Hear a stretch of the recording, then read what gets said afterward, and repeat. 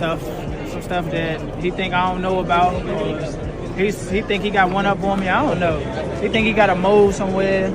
I told him I got a mole. The boxing world has been turned upside down as news breaks that Tank Davis has been taken into federal custody over allegations of match fixing in his controversial fight with Lamont Roach Jr. Just days after whispers of a possible investigation began circulating, things have taken a darker turn. The commission gets this right. It was a bummer not being declared the winner on a technicality that could be righted, that wrong could be righted, obviously, in different ways. It all started with reports indicating that the referee in charge of the fight, Steve Willis, has provided key information that supports claims the fight was manipulated. Fans and analysts have been questioning how the fight ended in a majority draw despite Roach seemingly doing enough to win. Now, with federal authorities involved, it appears that those suspicions were more than justified. I think Lamont Roach, I think he landed more punches throughout the fight.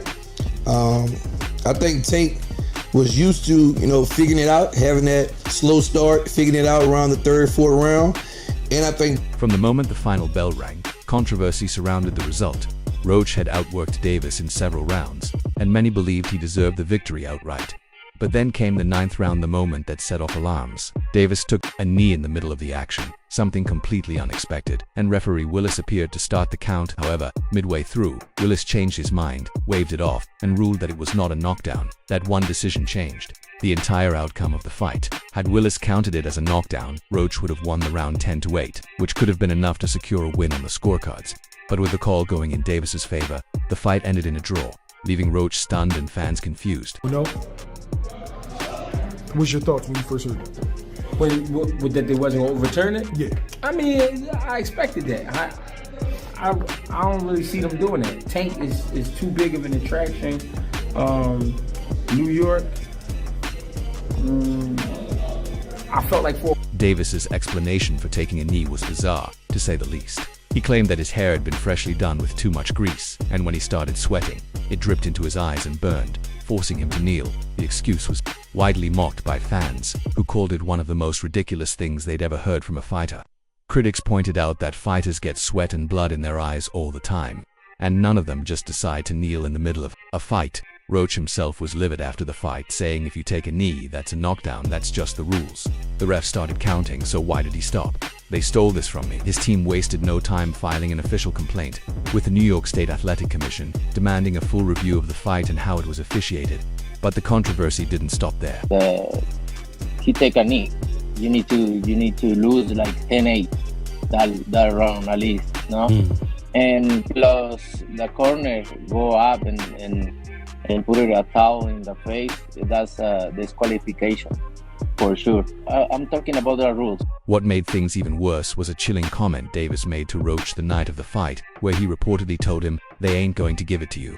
At the time, people assumed Davis was just talking about the usual politics of boxing, where the side fighter gets the benefit of the doubt. But now, in light of the match-fixing allegations, that statement has taken on a whole new meaning. Did Davis already know how the fight was going to end before it even started? Was the result predetermined? These are the questions that have now triggered a full-blown federal investigation. So to me, I thought I won the fight clearly. I thought I won a close fight. I thought I won a very competitive fight. Okay. I'm not saying I steamrolled him or whatever. But the feds got involved after Roach's legal team brought in high-profile attorneys who pushed for a deeper investigation into the fight's result. They pointed out suspicious betting activity leading up to the fight, with an unusual amount of money being placed on a draw. A draw is one of the least common outcomes in boxing, so the fact that so much money was being placed on it raised major red flags. Investigators started looking into whether inside information had been leaked to bettors who knew ahead of time that the fight would end in a draw. Then came the biggest bombshell, the revelation that referee Steve Willis had provided key information to authorities. It should have been a knockdown, one. So that's why I'm yelling at the referee, like, keep counting, like, you tripping, keep counting, that's a knockdown. Because if y'all didn't notice, he started the... What Willis said hasn't been released, but sources indicate that he confirmed there were external influences affecting his decisions during the fight. That confirmation was enough for federal agents to move in on Davis. The arrest is as surprising as it is serious. Davis, who has had his fair share of legal troubles in the past, now finds himself in what could be the most serious situation of his career. I wasn't coming to lay down. I've been knowing Lamont since we was kids, so we came up in amateurs together. So I knew Lamont was serious. He was coming in there. If the allegations are proven true, he could be facing not just a suspension from boxing, but criminal charges that could land him behind bars. Boxing insiders are already speculating on how this could affect his career moving forward. Some believe this could be the beginning of the end for Davis, while others think his promotional team, led by Al Heyman and premier boxing champions, will do everything in their power to protect him and keep him fighting. But even if he avoids legal trouble, the damage to his reputation may be irreversible. I feel like when my back is against the wall or against the ropes, it's like, it's time to show up. So it wasn't really hard for me to focus because all I had to do was... Social media has exploded with reactions to the news, with fighters and boxing personalities weighing in.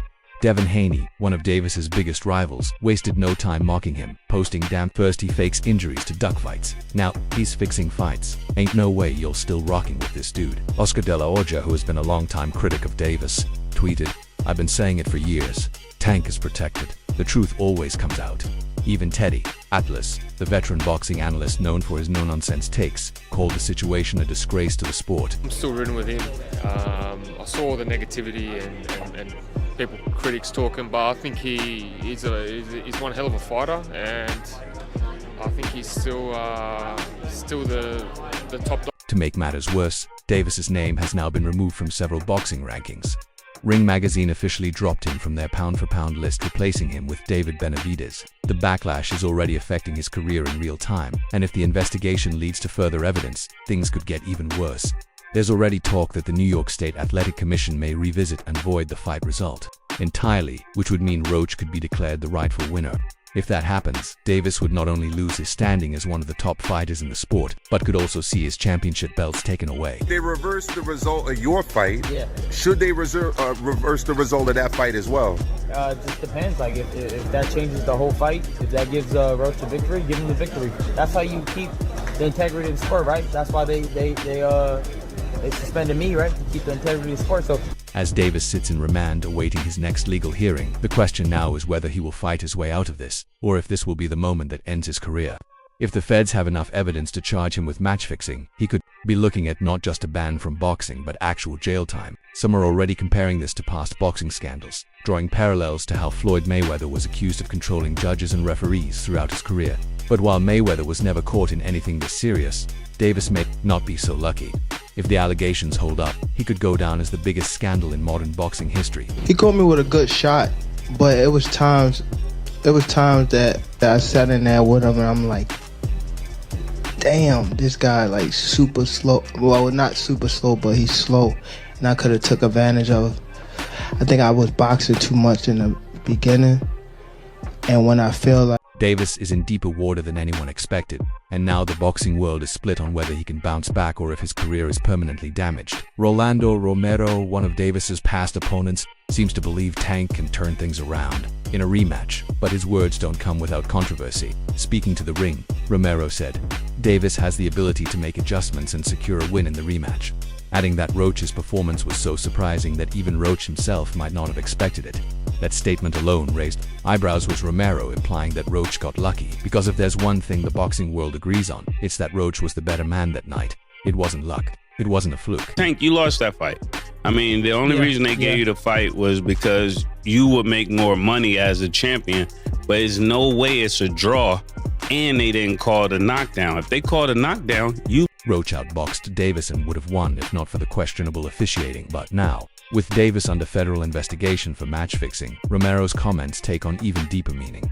The way Romero described Roach's performance makes it sound like it was a once-in-a-lifetime performance, something Roach could never replicate. But was it really? Roach didn't just land a few lucky punches.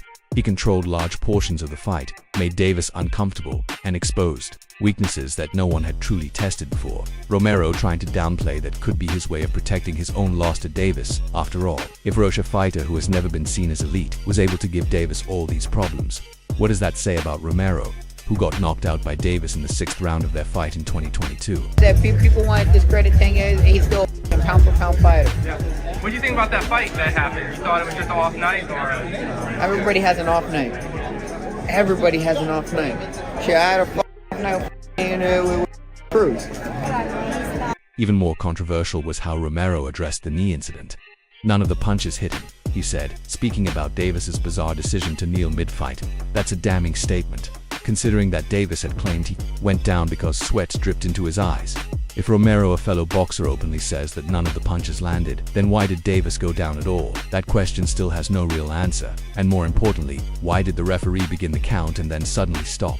Romero himself acknowledged that if the knee had been counted as a knockdown, Davis would have lost.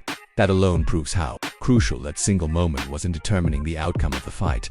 But let's get real. Punches are being thrown, it has to be a knockdown. I've heard some people saying, oh, that, you know, he should be disqualified, he went back to the corner, I don't buy that, to be honest with you. I mean, I think that's a warning, but it's a bit of a bizarre situation. For me, like, there was a lot of people in boxing. What Romero didn't say is just as important as what he did say.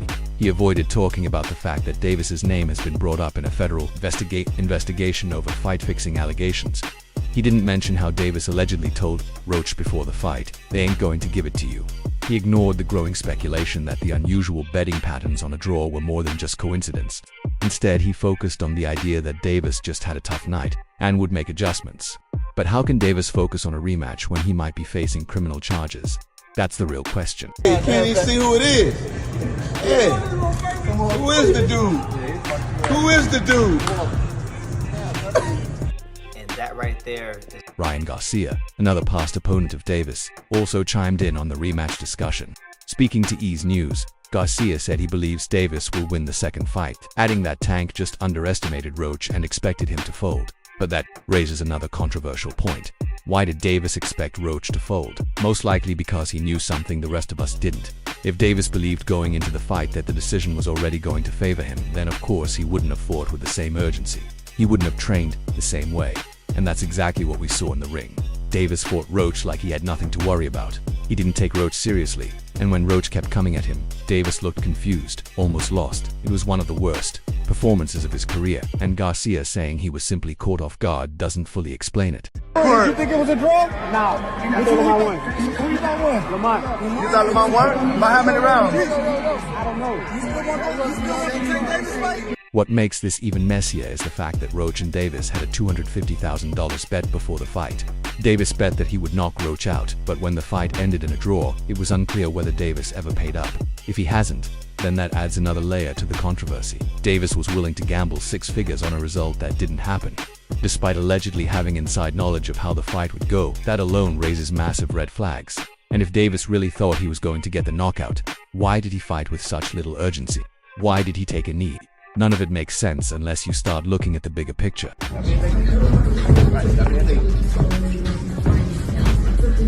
The good news for Roach is that he's already set for a rematch. Whether it happens in 2024 or 2025, both sides have expressed interest in running it back. But the reality is, a rematch will only be fair if the corruption surrounding the fight is fully exposed. If Davis is found guilty of match fixing, then how can anyone trust that the second fight will be any different? And more importantly, should Davis even be allowed to fight again? If he manipulated the result of a professional fight, shouldn't he be banned from the sport?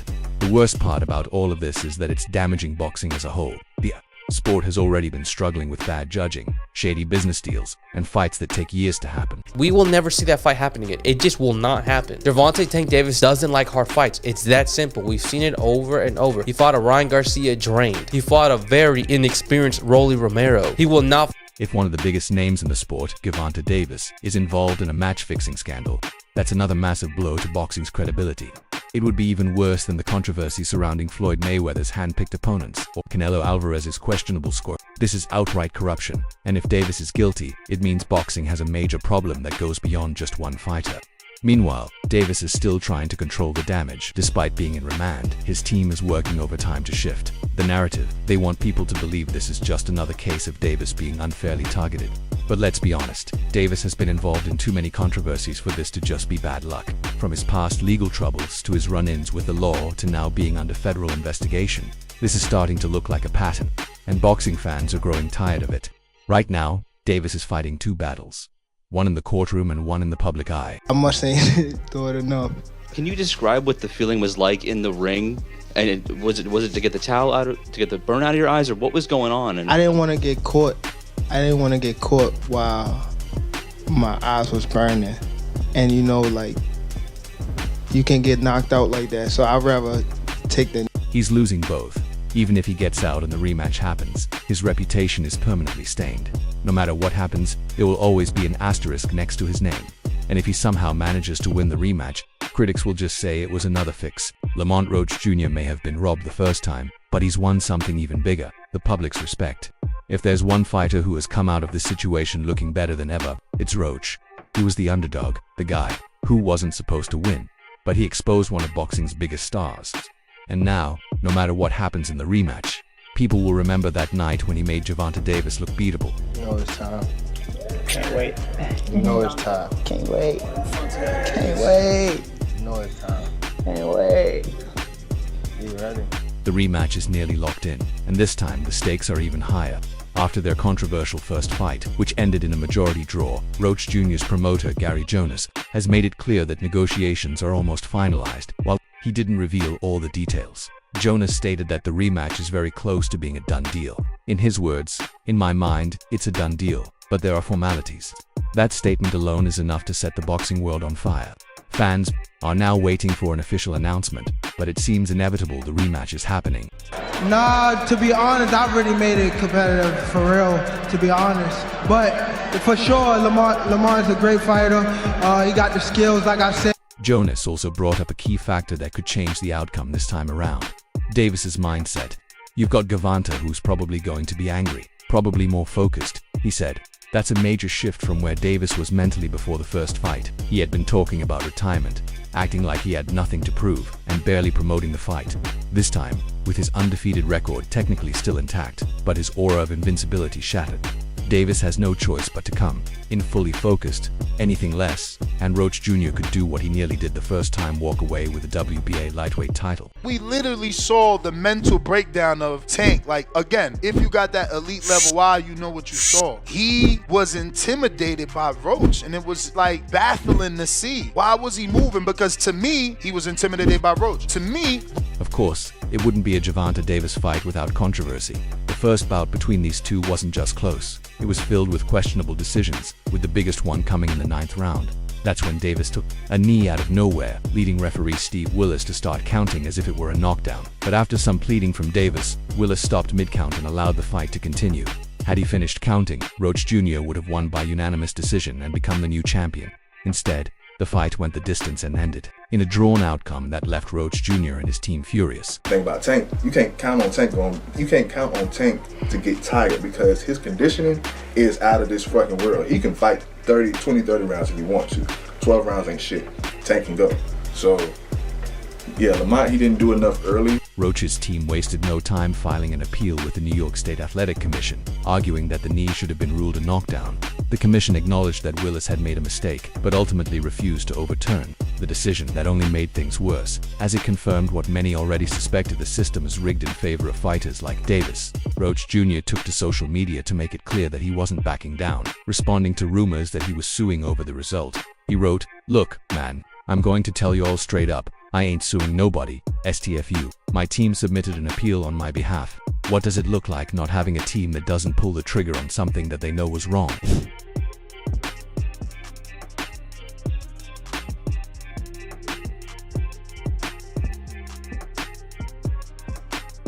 That post alone tells you everything you need to know about how Roach Jr. feels heading into the rematch. He believes he was robbed, and now he's coming back with even more motivation. The first time around, he wasn't supposed to stand a chance. He was just supposed to be another name on Davis's resume. But now, he's the man who exposed Gervonta Davis, and this time he's coming to finish the job. Well, what do you think? Share your thoughts below, and don't forget to subscribe for more updates. See you in the next one.